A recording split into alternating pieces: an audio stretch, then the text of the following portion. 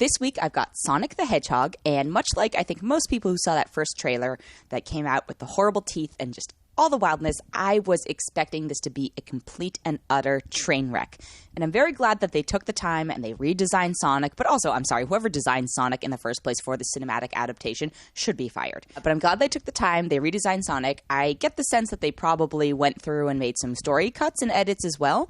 For those who are not familiar, Sonic the Hedgehog is based on a video game, and if that is already making you go, I don't want to see this movie, guess what? You probably don't want to see this movie. This movie, it's fun. It's whatever. It's family fun. It's definitely designed for families, for kids, also for, I think, Sonic super fans. I am not one of those necessarily. Obviously, I grew up with Sonic the Hedgehog, but it was nothing more than just like a video game to me. However, I did go with a bunch of people who are big video game fans, big Sonic fans, and they seemed pleased by the results of the film, so I will defer to them on their enjoyment or your enjoyment, potentially, if you are going to go under those circumstances. There were also tons of kids at the screening. They all seemed to be laughing and having a good time.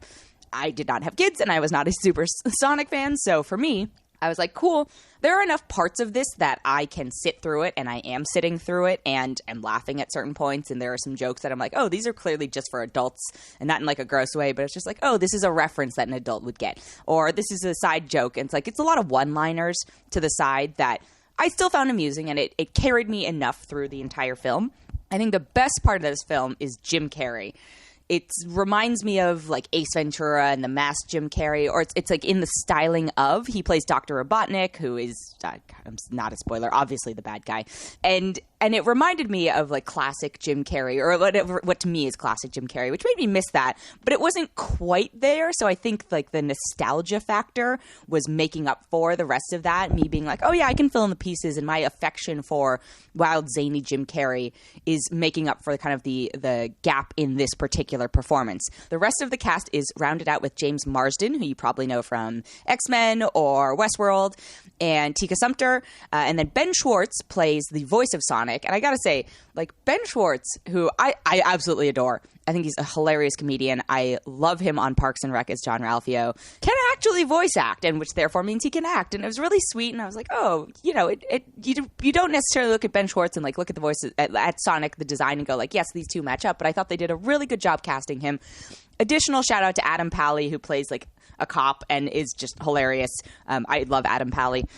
So overall, it's a quick movie. It's 100 minutes. It's not going to be too long for your life. If you have kids, totally fine to see. You aren't going to like want to blow your brains out by the end of it, because there are moments for you as an adult.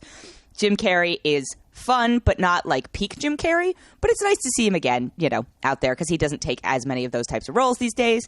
There's a lot of weird product placement in this. The least believable thing to me in a movie about a hedgehog from space was that James Marsden's character thinks that he can afford an apartment in San Francisco on a police officer's salary. Like, there's this weird Zillow moment. They're like, $4,600. I was like, yeah, in a nice neighborhood, that will get you a cardboard box here. I don't even need to bother to go into the premise of the film. It's not worth it. Just buddy comedy, bucket list movie a little bit, like whatever. It's based on a game about collecting gold rings. Like, there's only so much they can do with it. I think they did a decent job about it. So, weird product placements, lots of fun one-liners. At the end, definitely stay to the end. There's some credit scenes and post-credit scenes, and I have not heard so many adults, and let's be honest, it was mostly grown men, scream in joy at a post-credit scene like I have at Sonic. It's just a blip. It's just a moment. But the number of just cheers. Like, my friend Gary texted me after, and he's like, I just want you to know I'm the one yelling yay during the credits. I was like, it was you and everybody else. So very enjoyable. Like, you know, that moment for me, it was really nice for the Sonic fans, clearly, because I was like, oh, this is their moment. I understood the reference, but it was not like as exciting for me. But it was nice that was there for them. What I do find a little bit disconcerting is I feel like at least the adults and the Sonic fans who were there got more joy out of that 30-second post-credit scene than they did the entire course of the film. So I'm like, oh, what does this say about the 100 other minutes you've just watched? I'm just putting it out there. But again, like, kids watched it. One of the kids I talked to after loved it, seemed very excited by it. So know what this movie is going into it. There are actually some like pretty sweet moments you kind of care. It's whatever. It's fine. It's fine. It's not going to be the most amazing, film you see all year. It's not going to be the worst film you see all year. So I'm going to give it 3.5 out of 5. The other film I have, however, might be one of the more amazing films you see all year. It's Portrait of a Lady on Fire. And technically speaking, it came out at the end of last year, but it's getting a much wider release right now. It's being distributed by the same studio that put out Parasite, which should tell you the quality of it. And it takes place in 18th century France. It's about a relationship between women and a painter and their muse, but let's not use the word muse because that's a whole film about debunking it. But it's a relationship about love. And of course, it's coming out on Valentine's Day. So what's better than to see this? It's written and directed by Celine Sciamma. She's a French artist. I cannot pronounce the names of the actresses in it, but they are all amazing. It's the opposite of watching paint dry. It's like a super interesting way of watching art come together, and love, and repressed love, and just all the idiosyncrasies that come from being in a relationship and wanting someone. And it's a beautiful film.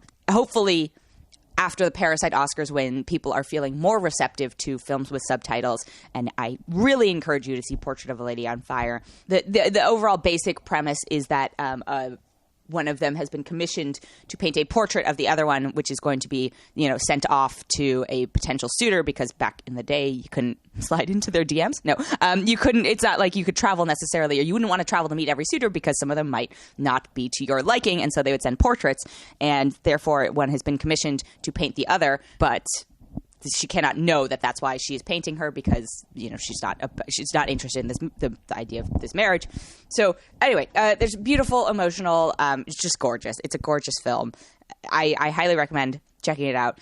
You won't regret it. Even in terms of subtitles, the silence in this film speaks more than the actual words, and the languages. You won't have to read too much.